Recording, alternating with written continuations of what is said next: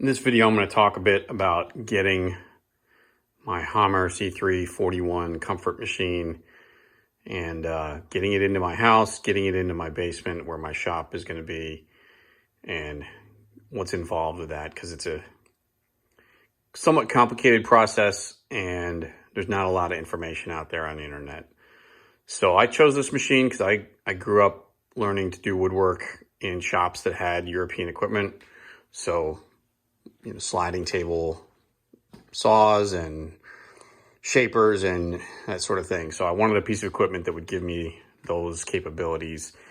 And I have a very restrictive space, as I think a lot of people who look at these pieces of equipment. So the way I've got it set up, I did all this kind of planning ahead of time. I've got pretty much exactly 8 feet from all the cutting points on the machine. So I can cross-cut, rip, shape an 8-foot board if I need to. I also have some limitations, actually a lot of limitations. I've got this column that's in my basement next to the machine. And I've also got only stairs that lead into my basement from inside my house that dead end against a wall where my toolbox is right now, and a door that's 28 inches wide. So all those things can be kind of overcome in some ways, but because of that, I had to order this machine, and you can order it from Felder split into 2 parts.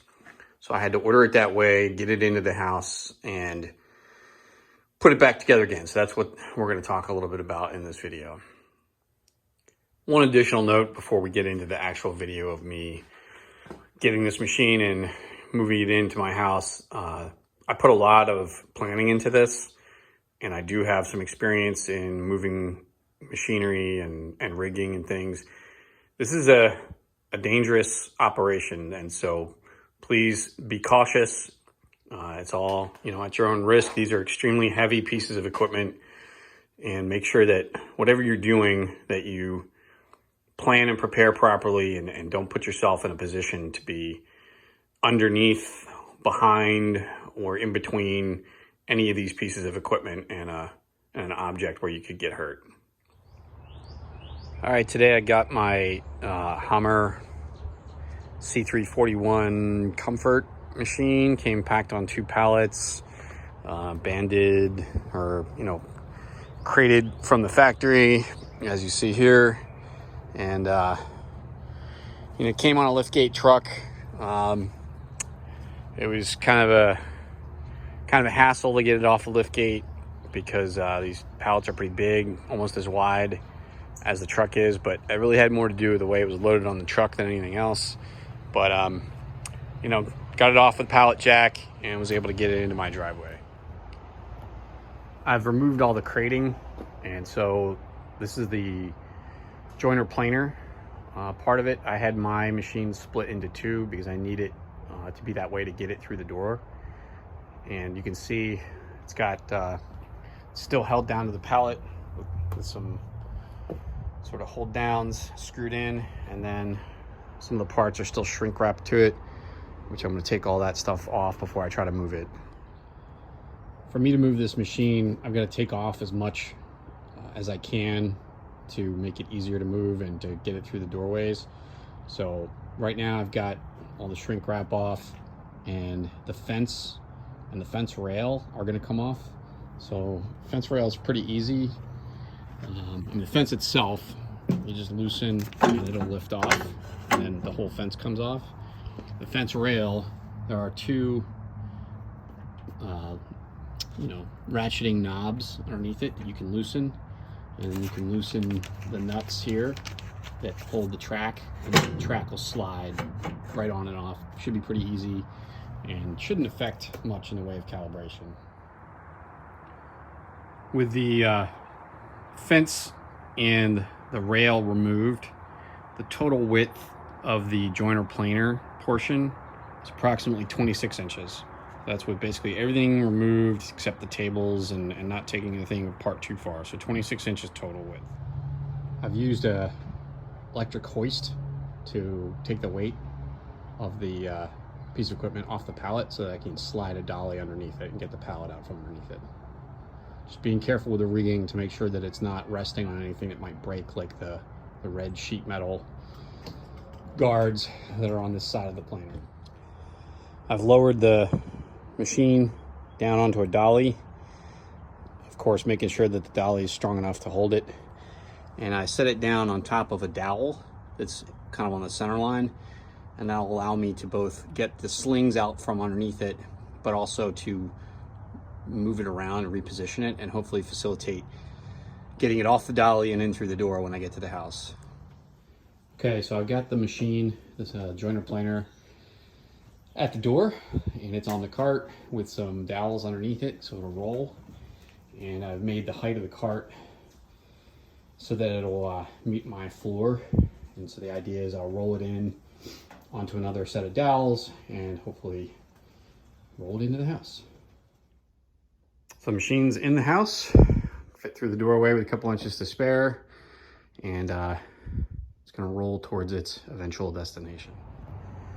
This is the saw and shaper half of the machine, uncrated, nothing taken apart yet. So looking at it, it's approximately 30 inches wide. If you count the arm that supports the sliding table. And then on this side, you've got the electrical connection that kind of sticks out a little bit. So I'm going to have to narrow it down a little bit, and it looks like I can get it down to about 28 inches if I do a little bit of disassembly. So I'm going to attempt to take off the arm for the sliding table, and I'm going to push that wire connection back into the frame so that it's not sticking out. Pretty much have the table saw and shaper ready to go. I still have to take the swing arm or the support arm off. Just waiting for a friend to show up so that they can hold it while I unbolt it. There's 2 bolts that are inside of there, 13mm bolts. I'm going to undo those and take that arm off. I've got the electrical connection disconnected or pushed back through to the other side. So now this thing will be just a very small hair under 28 inches wide, which is pretty much exactly what I need. I had considered taking off the sliding table, but I'm going to try getting the planer joiner down first, which is about the same length or pretty close to it, and see how that goes. If it goes okay, then I'm going to leave the sliding table on. I don't really want to have to recalibrate the sliding table. The other thing is, yesterday, moving the joiner planer into the house, or really to the back of the house, I realized that the cart that I was using was pretty unstable. You know, it's a very top heavy piece of machinery. Cart wasn't really wide enough, and there was just enough unevenness in the backyard to cause some issues. So what I've done is doubled the width of this dolly that I'm going to use to move it to the backyard, and I think that will pretty much minimize any chance of it getting off balance. All right, so getting ready to start lowering this thing down the stairs. Got a sling, a winch tied off to an anchor point back here, and we're gonna give it a go. Got it almost all the way into the basement, just got to get the final little piece figured out here. All right, it's all the way down on the dollies. Now we just got to move it away from the stairs and put it in position.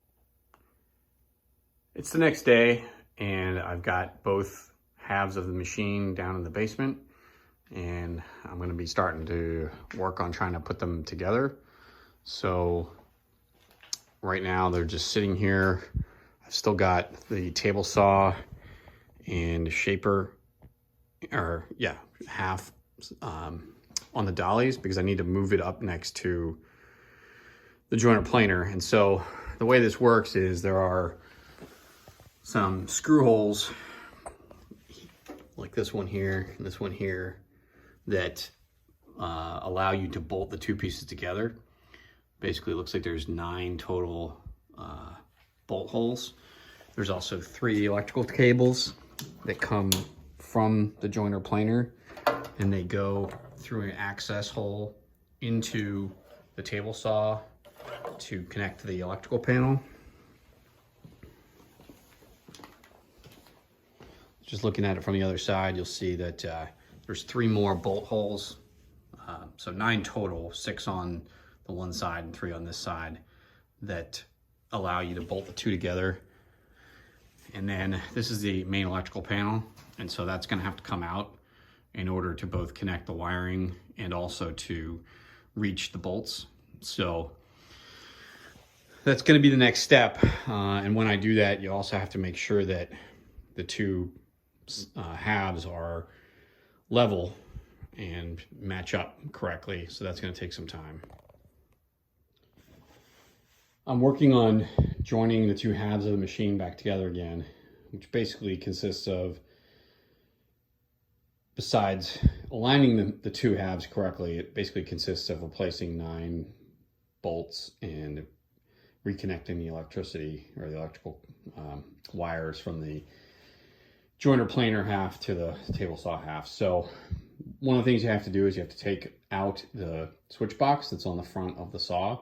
So you take off the black plate that holds the switches and covers the opening. And you do that by taking out 6 screws that go around the perimeter of the plate. And then you have to remove 4 smaller black screws that hold the plate onto the switch box. And you can see it's upside down, but that's the front of the switch box. While you're doing that, what I had to do was I had to stick my hand inside of the bevel slot and hold the back of the box to keep it from falling into the machine while I kind of captured the front of the plate with my thumb so that the 2 would stay together. And then once I had that last screw out, I just separated the 2 gently. Now I've got the switch box out now, but I've got it supported on something so it's not straining the wires as they come over. And conveniently, the folks at Felder labeled the connections. So, 2 and 2, and of course, 1 and 1. So I'm simply gonna make those connections back up again. While you're here, you also need access in here to get to the bolt holes. So you can see there's 1 bolt hole, there's a 2nd bolt hole, and there's a 3rd one that I think has to be gotten from the bottom of the machine. But those are what ties the 2 sides of the machine together. And what I'm doing is I'm putting the bolts, a couple of the bolts in loosely, just to keep the 2 pieces together while I work on trying to align it. I'm on the outfeed side of the machine now, and I've got a couple of bolts holding it together on this side.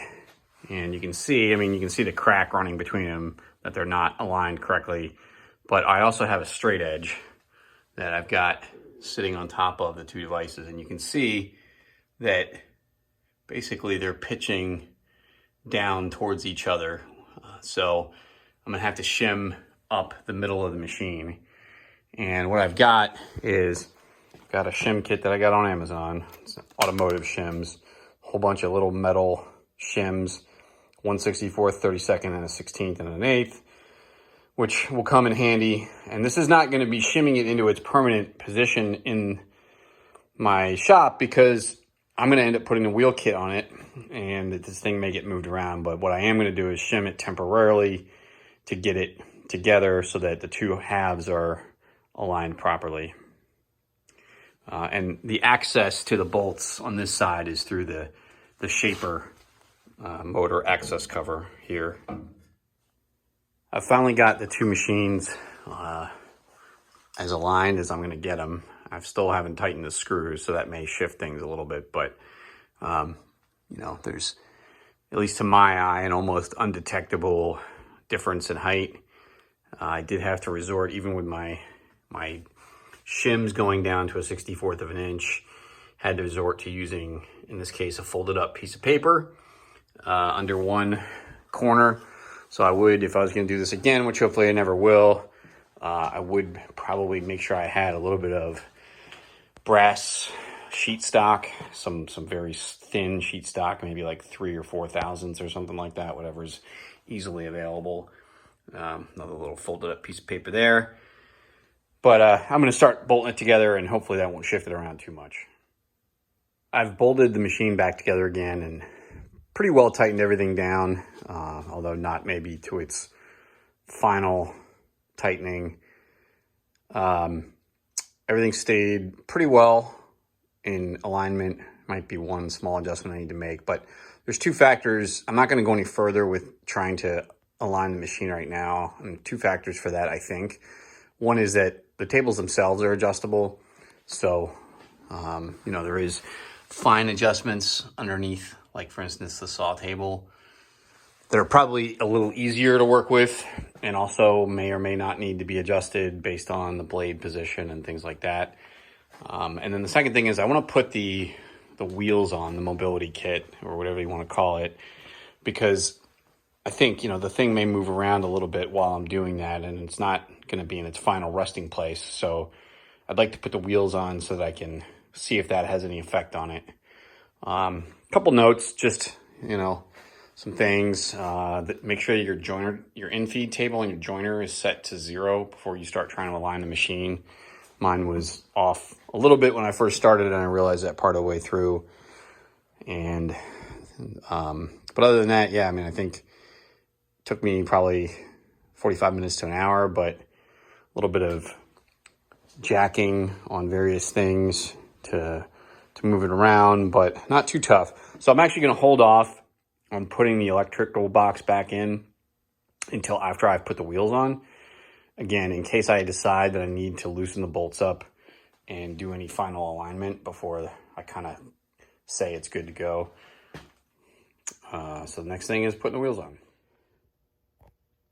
I had to take the swinging support arm for the sliding carriage and I had to take it off during the process of getting the machine into the house because it's stuck out about 2 inches too much for the space I had. So I've got to put it back on now. And what that is there are two bolts that hold on the brackets, and they've got these steel sort of washer that allow them to fit into the corner of that bracket and come out. And so when you look in there, there's just two little holes and you can't really get into the space that's where they go. So what I've done is I've taken a little bit of masking tape and I've just taped on to my socket so that it won't fall out while I stick it in there. And then it should break free as soon as I start tightening it. But hopefully that'll work for me. It's been about a week since I got my machine and it's basically set up now, although I do continue to do some adjustments to it as I work with it and get used to it, see what issues there are. Earlier in the video, I talked about not setting it up permanently until I had the mobility kit installed on it. That didn't pan out. Felder sent me the wrong kit. They sent me a kit for a C331, which has a shorter axle for the wheels. So I'm now waiting for that kit to come in. So as it stands right now, the machine's still on the temporary shims that I put into it when I initially put the machine back together again. No issues there. And I will eventually put the mobility kit on it. But I've got everything pretty set up and I'm continuing to make adjustments. So a couple things about it. Number one, I want to point out, and I didn't realize this when I bought the tool, but the C341 comes with a split rip fence rail. The C331, because it has a shorter planer outfeed bed, has one rail that ties together basically the end of the outfeed table of the planer and the table saw. And I've seen some videos on the web, people that have some issues with that fence and it's the play that's in it. This tool, because it's got the two split fences and they're both pretty securely attached to the frames with these bolts, adjustable bolts, doesn't seem to have those issues. I would also say that it appears from Felder's literature and what I've seen on other videos that the C331 only comes with one fence, and that is the fence that I'm using on the planer. And there's a lot of complaints out there about that fence, and I can definitely understand why. If this was the fence I was using as a rip fence, there's a lot of play in it side to side, and it only adjusts with a tightening knob. So I could see why there would be a lot of issues if that's the case. My machine came with both the planer fence as well as the table saw rip fence, which has more of a conventional locking, and it's pretty stable, although I have to say for the cost of the machine, still not really impressed. And the rail that comes with it is kind of short. It's an 800 millimeter rail, 31 inches. I've gone ahead and ordered the longer rail for it. There's a 1200 millimeter by 92 millimeter high rail, which I think is worth spending the money on.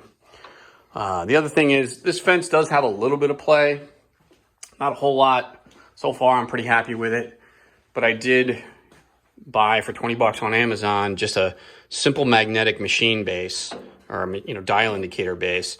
And with that, I can just put that up against the fence, turn it on, and that's going to prevent pretty much any lateral movement in that fence. I don't even have it set up right now to where it ties into the fence. It's just literally a block sitting there to keep the fence from swinging at all. I did also spend on the extension table, which can be moved from the table saw. Really, it can be moved to any of the sides that have one of these rails. I suppose if I'm jointing really long material, I might use it on the joiner table, but right now I've got it set up as on the outfeed of the table saw. I also bought, the Comfort comes with the basically 53-inch fence. I did buy 2 of the flip cutting stops. You could get away with only 1. I guess I just was in a spending mood, but the way that the extension for this fence works, it's basically set up so that one stop it's going to be easier if one stop is permanently installed on the end of the extension. It's just really me being lazy, but it's just a way of saving a little bit of time. Other than that, I'm not going to do a big review of the machine. There's plenty of those out there. So far, I'm pretty impressed, and it does what I needed to do. Again, I'm still making some adjustments to it, but I'm happy with the machine so far. And maybe I'll do an update someday down the road after I've really got everything dialed in and have used it more. But for what I need, for the space I have available, for what I want to do with it, I think this is a good machine for me. I did also get the helical cutter head, which I think for anyone that's ever used one, it's kind of hard to go back if you have that. I also spent a little bit on the dial indicator for the planer height, which so far I've used is great and very accurate. Once I got it tuned up or dialed in, it's within a thousandths of where I set it. So I'm pretty happy with that. Video is already pretty long, so I'm going to stop here. And if you're watching this and suffered through probably almost 20 minutes or 21 minutes of video, hope it was useful for you. I know that I wish that I had a little bit more information about the process of getting it split, putting it back together again, the dimensions. It worked out really well for me. I put a lot of planning into it. But hopefully this will help someone else out there that has a similar situation.